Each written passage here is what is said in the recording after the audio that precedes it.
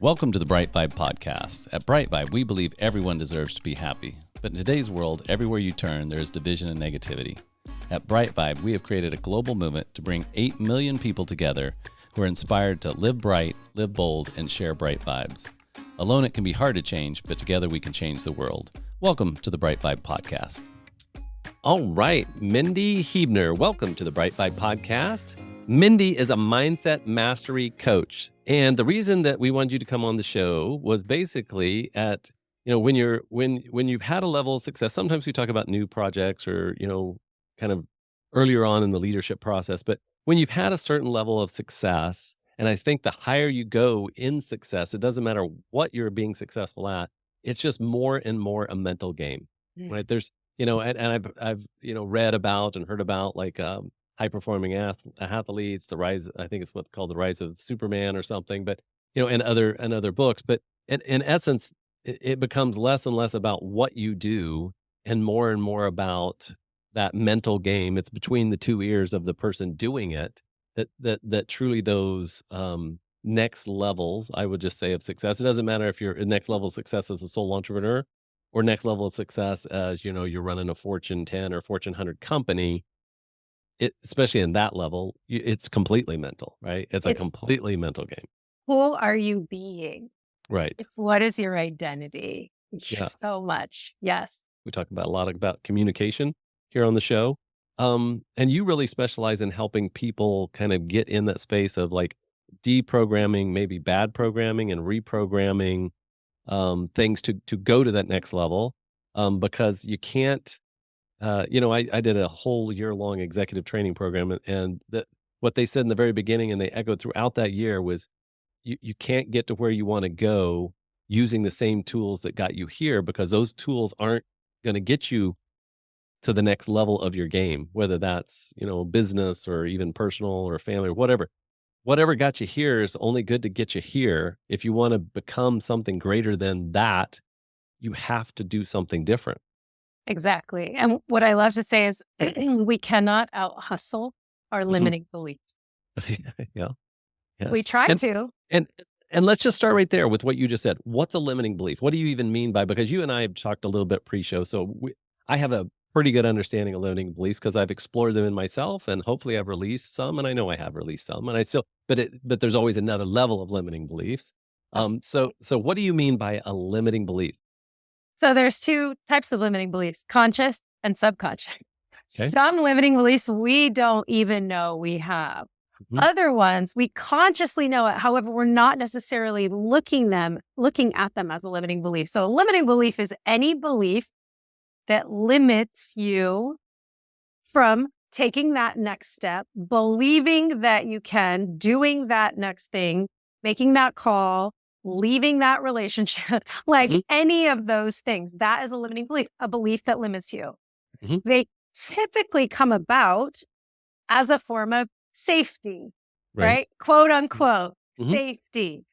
This belief that I'm only good enough to make X dollars, right, has protected again, until I realize I want to make some more money. What's going on? Why am I not moving up the C-suite? Why am I not growing and scaling my business? I've got these beliefs, and that's just one, being worthy of all the things that we want. That's just one party that goes on. Other ones are, well, the only way I can have a really successful podcast is if I copy so and so. It has to look like that. Instead of believing, I can be inspired by that. And then I can make it feel really good to me and be authentic in it. So there's so many limiting beliefs that trip us up. Perfectionism, comparison, those types of things. And the conscious beliefs, I can probably almost goal set or coach or, I can task, or I can manage and maybe overcome conscious. It seems that the unconscious, that's driving me, and I don't even know that it's driving me. I mean, the unconscious, and it typically seems like the unconscious are the ones that are a little bit nasty or sticky, or it's just, how do you get rid of, how do you overcome something you don't even realize is there? Exactly. So yes, and I'm going to say to you, yes, and yes, it would appear that the conscious ones are easier to overcome.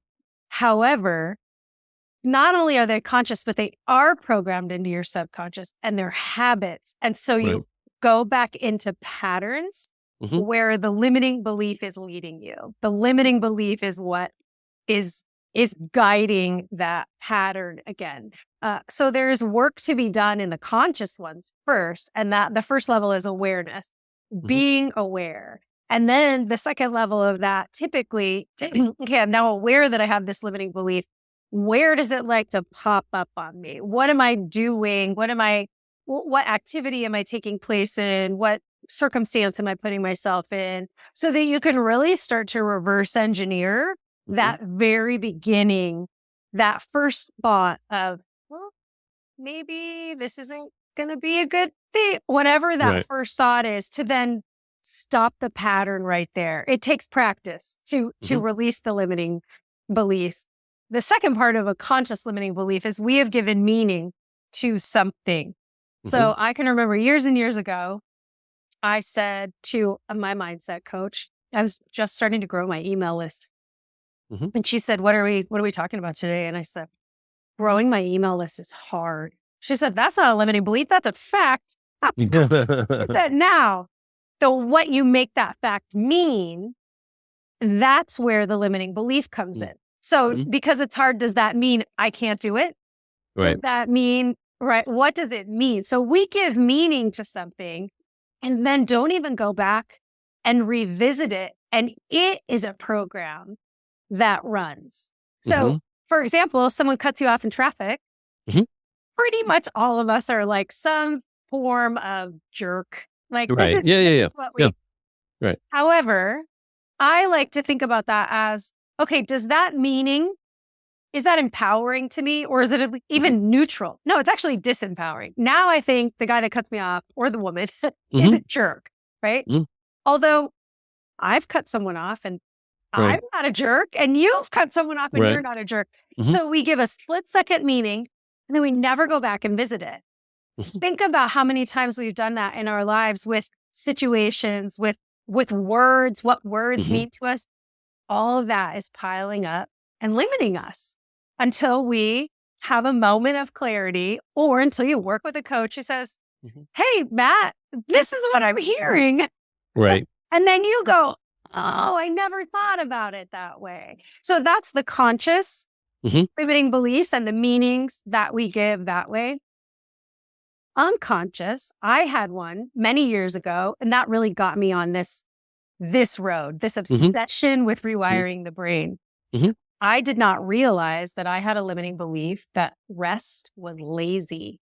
So I overworked all the time. I overachieved all the time. One, like that was my personality. So I thought, and it is, I'm very driven. That is.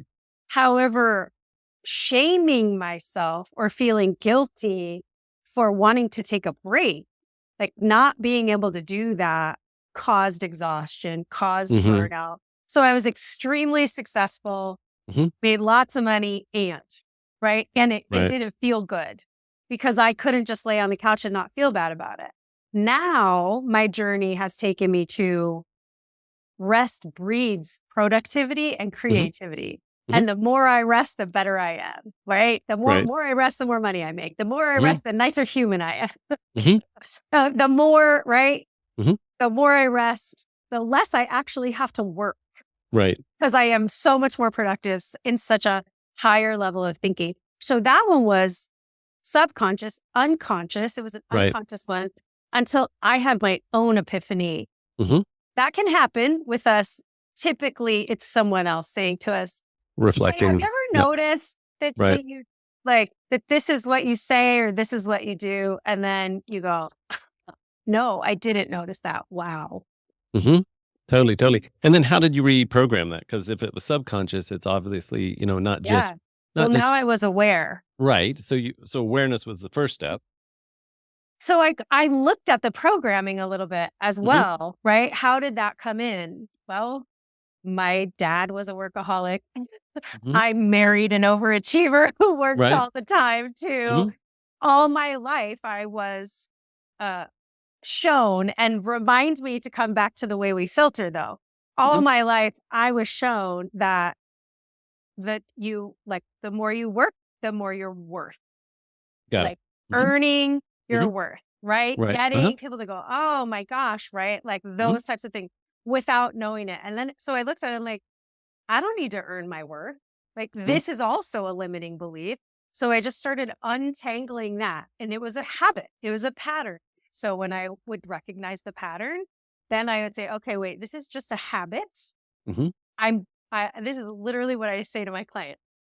I broke up with you. I say this to the habit. Like you and me, we're over. Right. And I'm moving my attention.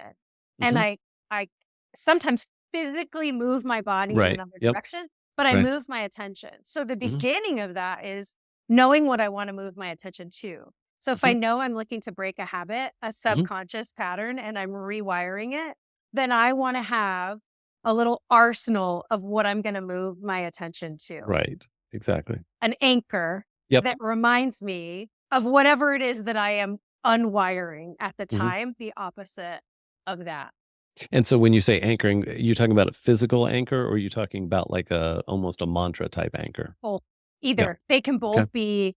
Anchor could be like an essential oil fragrance. It could be a song. It could be a piece of jewelry. It can be in NLP. We can set like actual anchors on your body to trigger states of being. It can be a mantra. It can be a vow to yourself, like any of those things. And so having something to turn your attention to is essential in breaking the pattern so that you can stop the momentum in that direction and move to another direction, and move your thoughts to another direction, move your physicality to another direction. You know, and I'm a recovering overachiever myself. So I'm still, you know, it's like kind of like an alcoholic. You're always an alcoholic. You've learned to, right? You've learned to balance life. So, but anyway, so I reframed it with some help with coaching. I reframed that, but I had to replace it because I couldn't just throw it away, because then it creates a vacuum and a void. And then who knows what goes in there next? It could be worse. Right. And so for me, I turned it, and I wasn't even that, at the time, I wouldn't say I was that spiritual or religious or anything like that, but I flipped it to, how do I see the God in this? Right. So I just slight modification, took out an O, right. Or, and all of a sudden, then it shifted and it took a while. To your point, it was practice, because even though I did some NLP type stuff and tried to, deprogram it, and it's pretty deep. And so it would still pop up from time to time. And then sometimes I would just physically have to stop myself and say, okay, wait, that's the old program. What's the new program? How do I see the God in this? And then I would look around and go, oh, okay, well, this and this and this, and this is how God planned the world, or this. And so when I said, how do I see the godness, how do I see the good in this too, right? Those two things kind of coexisted. And so it just kind of helped me relax a little. Now that took a long time to deprogram because it was at the base. But and I just really wanted to kind of give that as fodder for our conversation, but also a story so that people can relate and say, oh, because I didn't know it was there. And when I say I didn't know it was there, I was 32, 33. No, I was probably 35, 36. And I'd been living with this program and didn't know it was running until I started looking at everything in my life. And then I was like, that question applies to everything in my life. First, our brain deletes, distorts, and generalizes based on what we believe, even if it's subconscious. So we have a RAS, we have a reticular activating system that works as a filter. The data that comes at us in any given day would make our heads explode if we had to filter take it all in and each piece in. So instead, we have this filtering system that takes giant chunks of it and goes, delete, like you don't even see this, right? Right. Distort, we're gonna uphold that belief that, like rest is lazy, that is not good enough. This isn't good enough. We're gonna uphold that belief so you don't even have to think about it. And then we're gonna generalize over here. Like so we take in like 5 to 7 actual bits of data a day. Like it is so crazy how our system filters. So it has to have a filtering system in it. Deleting, distorting, and generalizing. Once we bring something to the conscious, so the Bader-Meinhof theory, you go to get the new, I don't even know what generation Apple phone, right? 15, because my wife got one. Okay. I got one for my wife. Okay. I know 15's out. Right. You're not seeing it anywhere. You're not seeing the commercials, deleting, distorting, and generalizing, right? You're not seeing commercials. You're not seeing people having, all of a sudden, you're like, I think I like the new Apple. It's time, right? I'm going to upgrade. You get the phone. Everywhere you look, everyone's got it. It's every ad on Instagram. It's every ad. This is the Bader-Meinhof theory. We don't see it until we bring it into our conscious. And so it was there. People were having it. Right. We didn't see it until we brought it to the conscious. So it's the same. It's like that with a limiting belief as well. Once we bring it forward, oh, well, now you saw it everywhere. Right. You saw how it was affecting you everywhere. And so you had so many opportunities then to go, oh, old programming, shifting. And you talked about putting a new programming in, which is very similar to I moved my attention to. Right. Yep. This is totally same thing. Attention to this new thing. Right. And when we were talking about meaning, the meaning that we give something. So when you were using the, is this good enough in business? I call this checking the data. So there are 7 essential keys to creating the success that we want. And the first 3, know what you want, take action, check the data. So know what you want. Believe it or not, that's more difficult for people than, right? Like, totally. We don't want. We know how we don't want to feel. So let's flip that over so we can get crystal clear. Know what you want, take action. And when I say action, aligned action. Not spaghetti at the wall, not like take the action, the needle mover action. Also, like that's not as easy as it sounds, but we take practice in it. The third key is checking the data. Here's what we do as humans. We make the data our identity and we make the data mean, so this business idea, right? Is it working? It's failing. I'm a failure. Oh, right. Yep. This is the next thing that we do is we over-identify with the data instead of saying to ourselves, this is data. These are metrics to give me a direction. That's it. Right. Like, so the data says, this is working. Bravo. I'm going to keep doing it. The data says, this isn't working. Okay, time to reassess the action that I'm taking. The data says this part's working and this part's not. Okay, great. I get to tweak. It's just data. And we get so caught up in giving the data meaning about our worth, our value, our identity. And that is huge. See, I really think I've got that couch behind me. I could probably move this monitor right over to the couch because you're pretty much describing the last 4 years of my life, right? All of us, whether we're on a health journey and the data is the scale. Right. So identity, I started running at 39 and quickly took on the identity of a runner. And that meant a lot to me. To identify with other runners, with just racing and doing things like that. And I was never, please don't hear me say I was ever kind of any Olympic athlete or anything like that. But to me, like the levels that I would achieve for me, I had goals and trained and all kinds of things. And really, like, I'm a runner. Like, it was a thing, right? It was an identity. And then I got hurt. Oh, yep. And I couldn't run. And I had a moment, longer than a moment, of, well, who am I? I'm not a runner.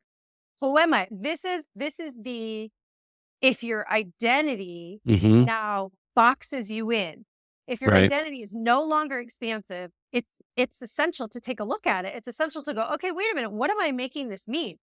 I was making it mean so much about me that I was a runner. So I had the opportunity to say, and I do the work, right? Like I have access to these tools and do the work. And then I said to myself, okay, just because I'm not a runner in this moment, like hopefully I'll heal, right? And if I don't, what is it about identifying as a runner Mhm. that I like so much. Right. How to expand this. And when I went deeper on it, I identify as a woman or a human who Mhm. really loves to move her body to Mhm. feel good. Mhm. This is what I got from running, right? I Mhm. got to Yep. move my body. I got to feel good. I got to work hard because Mhm. I am Yeah. You like to work hard. Yeah. Yep. driven, Yep. and I got the reward from it. I got to rest. Mhm. I got to fuel for races. There were all Mhm. these things that got to happen in that happened in it. And so when I figured out that truly the identity was a woman who moves her body to feel good, Mhm. well, now that Yeah. blew wide open. Right. One of the ways I can do that is to run. And Mhm. I love to run. Mhm. And I finally healed and was Right. able to start running again. And I've continued to get older, and Mhm. running is harder on my knees and Mhm. harder on those Yep. things, right? Still love it. Like, will run for fun. This is how Mhm. much Yeah. I like it. And now I also strength train, lift heavy weights, Mhm. right? I Mhm. will walk on the treadmill. I'll go for walks. I live in a town that has a huge lake. I'll go Mhm. walk around the lake. I will move my body in a whole bunch of ways to feel good. Right. And that is the identity. And it's super expansive Mhm. as opposed to just a runner, right? Yes, and you're bringing up a point that I've heard made by several different thought leaders, teachers, coaches, that it's a lot of times we ourselves hold this super high standard for ourselves that we are only going to be happy, or I'm only going to feel successful, or I'm only going to feel loved if this happens and that happens and this happens, right? And we make it so conditional that it never actually happens, or even if we get the thing, it's there's not happiness in it because it's so conditional, versus the reverse engineering, which would seem counterintuitive, which is kind of, I would say, in a way, lowering the standard, but not in a bad way, to where we start to feel success. And I'm here to tell you, if you're a driven person, you're always going to be a driven person. Exactly. To your point, you're driven to rest now, but it's probably a thing where you've got boxes around rest, right? I am in a new phase of my life where I'm like, self care is a big thing, but it's 40 straight days of of self care, Mhm. right? It's not just I have boxes I'm checking on an app, right? That I'm like, so I'm like, no, no, no. I'm cold plunging and I'm doing the sauna and I'm, doing a quiet time and I'm doing some, meditation or, breathing exercise. So my self care is very regimented, Regimented. but it's working, There right? you go. Because I've And made a that is game how out of it. and Yes, that's it's how how yeah, you yes, operate. right, This makes you feel good in the way yes, that you're showing up. right, So there's no like that I always say to my clients, like, you can't get it wrong. You can get it more right.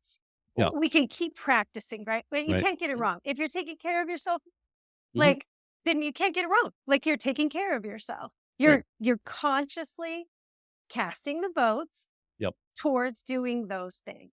right, And so I agree 100%. Like, it doesn't we do, and overachievers, high achievers, we set the bar. Here's the thing about me. I will never hold a standard for someone else that I don't have doubled for myself. right. Of And course. that is a practice that I unlearn Uh huh. every Yep. day, to Yep. let myself off the hook Hmm. of standards that are unachievable Right. on a consistent basis. Right. Right. On a Yep. consistent basis. Right. No one's perfect. If I say, if we're casting votes 80% of the time, if we're showing up 80% of the time Hmm. in a way that we want to, like moving us towards the life we want, the experience that we want, whatever that is, we are freaking killing it. We are gold medaling in it. Hmm. If we're able to do that 80% of the time, like, that is 100% of the time. Right. Seriously, like Yeah. Yeah. being able Right. to be in there 80% of the time. The really interesting thing about identities is that we need lots of them Hmm. because we cycle through them all day long. Right. And every identity is a role with a goal. Right. Think about that. So every identity is a role with a goal. Hmm. So mostly right now, you're going to stay in the identity of podcast host. Yes. You're going to Yep. tap into self-improvement. junkie. You're going to tap into like whatever those identities are. Here's where we also get really tripped up with ourselves.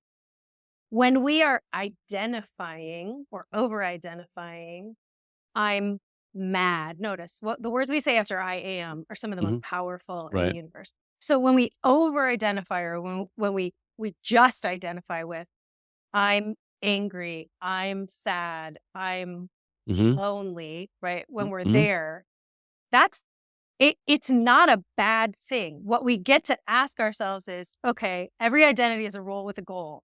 If I'm angry right now, I'm angry, Mindi. What's my goal? What's my intention? What's my need?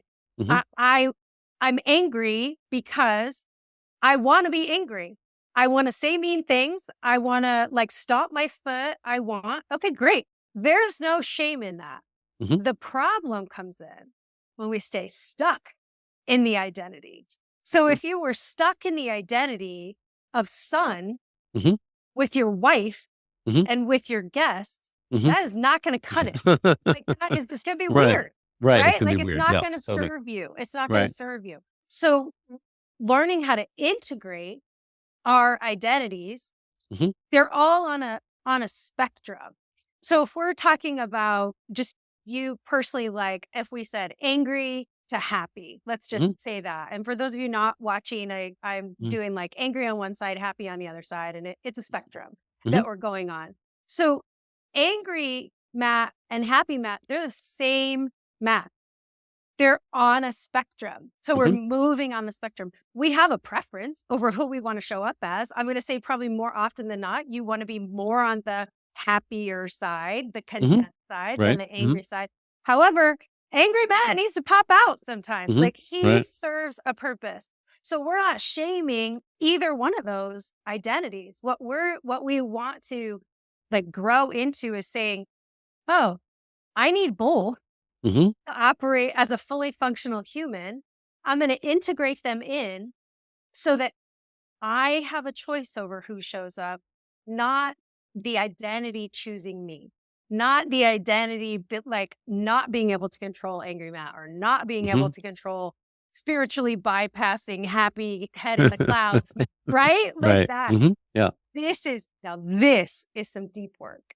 And this being able to tap into our identity that way consciously, so that subconsciously then we program ourselves to know that it's safe to rock into any identity and tap into what's the goal here, to roll with the goal. What do I need? Do I need to stomp and yell and go outside and whatever, like yell into a pillow to move, to shift this emotion? Okay, great. Then I am like, I deserve. It's knowing that you have a conscious choice over who you're being is like game changer. I read recently that game changer is a word that we should cancel, but I really like it. It's game changer when we do it. It really is. I didn't hear that, so I won't cancel it. Okay, good. We won't bleep it out on the show.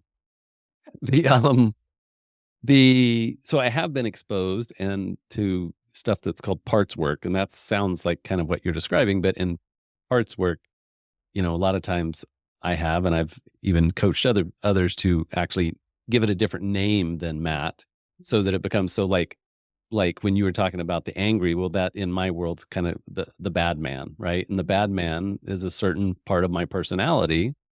And even though I'm calling him the bad man, I'm not disowning him. I'm just allowing him to have, if I'm really thoughtful, I allow him to have his time and space to basically, I used to envision it like I'd wake up in the morning and a way to kind of manage, I guess that part of my personality would be like he would phone in from prison and he would tell me, no, this was literal. This isn't a made up thing. Like literally he would phone me from prison when I was in the shower first thing in the morning. And he would basically run through all the things that he would like to do in the world that day. And they were all terribly criminal, right? And then I would just be like, is there more? Is there more? And then he would run out of steam and energy. And then I'd say, okay, I'll talk to you tomorrow morning. And that would allow me at least to, in a way, disidentify like that's me, but still owning that it's me, and giving me some time to shift. And if I didn't give him time, I did notice this, if I didn't give him airtime, then he would just pop in on the most inconvenient moments. Like he wouldn't just call in the shower in the morning. He would wait until I'm with another human being, and then he would show up and say bad things, right? Or do stupid stuff, right? And then that was not so fun for me or for the other person, right? That's Yes. where regret comes in. So I'm super familiar with parts work, where I received my NLP training. A whole is better than parts, and so they really were taught us to integrate, right? Yes, totally. And so here's the other thing about identity. I'm so glad that you brought that up. When we de-identify with the emotion, angry, bad, jailed Matt, right? When we de-identify with the emotion, the ultimate consciousness is just me. I'm just me. I'm just Mindi. And now I can have this emotion or this emotion, but you're just Matt, right? And that is the ultimate, like, if we're going to get super high, like that is the ultimate higher consciousness. Right. One being with the divine is I'm just me. I have no goal except to be and exist. And that, like, wow, we just went way up here, right? Well, we could go farther, Mindi. In another hour, we could go so much further. We could. The work is in de-identifying, saying this is not me. This is an emotion I'm experiencing, right? We're getting rid of the I am. And we're saying, like, I can experience this without taking it on. Right. Without being the only thing in my that I am. Exactly. Because we can't filter. It's very difficult. One of my mentors in learning a process called Rapid Rewire that I recently, last year, I was certified in, would talk about his dad constantly identifying as a Marine, like never letting down the Marine, which is extremely problematic when you're, talking to a 4-year-old, right? Like a 4-year-old doesn't need a Marine. A 4-year-old needs a daddy. Right. Or whatever. And a wife needs a husband. She doesn't need a Marine. Funny enough, I am married to a Marine. He's retired, but however, so I totally get the analogy of when you are only seeing yourself through one lens, one identity, how that can really just muck up the works. Right? Oh, yeah. Right. Totally. So Mindi, this is your podcast. How would you like to put a bow on this? Well, what I would really love to tie this up with is you really get to ask yourself 2 questions all the time. And you were talking about the quote, where's the good in this? Where's the God in this? Right. The 2 questions are, who am I being? And who do I want to be?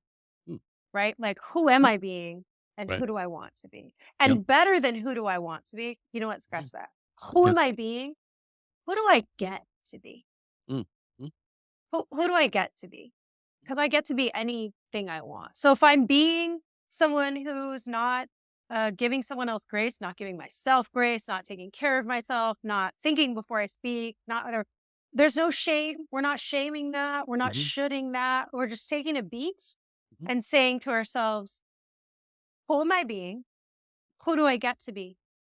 I get to be this person. And maybe right now, I'm not moving in that direction. However, I'm becoming more and more aware. Recognizing who we're being is the very beginning of the magic, right? Is that moment of like, oh, isn't that interesting? Like, what is up with me right now? When we start to recognize those things. So really elevating your awareness. Who am I being? Who do I get to be? Those 2 questions right there will really allow you to start journaling, allow you to start going deeper. Because who do I get to be is really like, what does that human look like? What do they sound like? What kind of people do they have in their lives? What podcasts do they listen to? Right? Like how much sleep do they get? It's asking all those questions, fun questions to really dream and cast a vision. In order to get where you want to go, you get to be real clear on where you're at. Totally. Okay, well, I'll let that be the wrap to this. So for people who do want more, you have a website. So you're easy to find. It's Mindi Huebner, and so it's MindiHuebner, because her husband's family's from Germany and they didn't know English. And so they pronounce it Huebner, right? HUEBNER.com. So it's Mindi with an I, 2 I's, Huebner.com. And then you have all your stuff on there. You can find me anywhere on the socials, Mindi Got Huebner. it. Like, Okay. even if you spell it wrong, I'm going to come up. Like, Okay. You've done a great job. There's not another one of me. Perfect. You be the best you can be. Right? There is no more you than you. But, perfect. Thank you. Thank you, Mindi. Thank you so much, and I wish you the best. Thank you for being a part of the BriteVibe podcast. For more information, go to britevibe.com. That's BRITE Vibe, VIBE.com. Thank you for listening.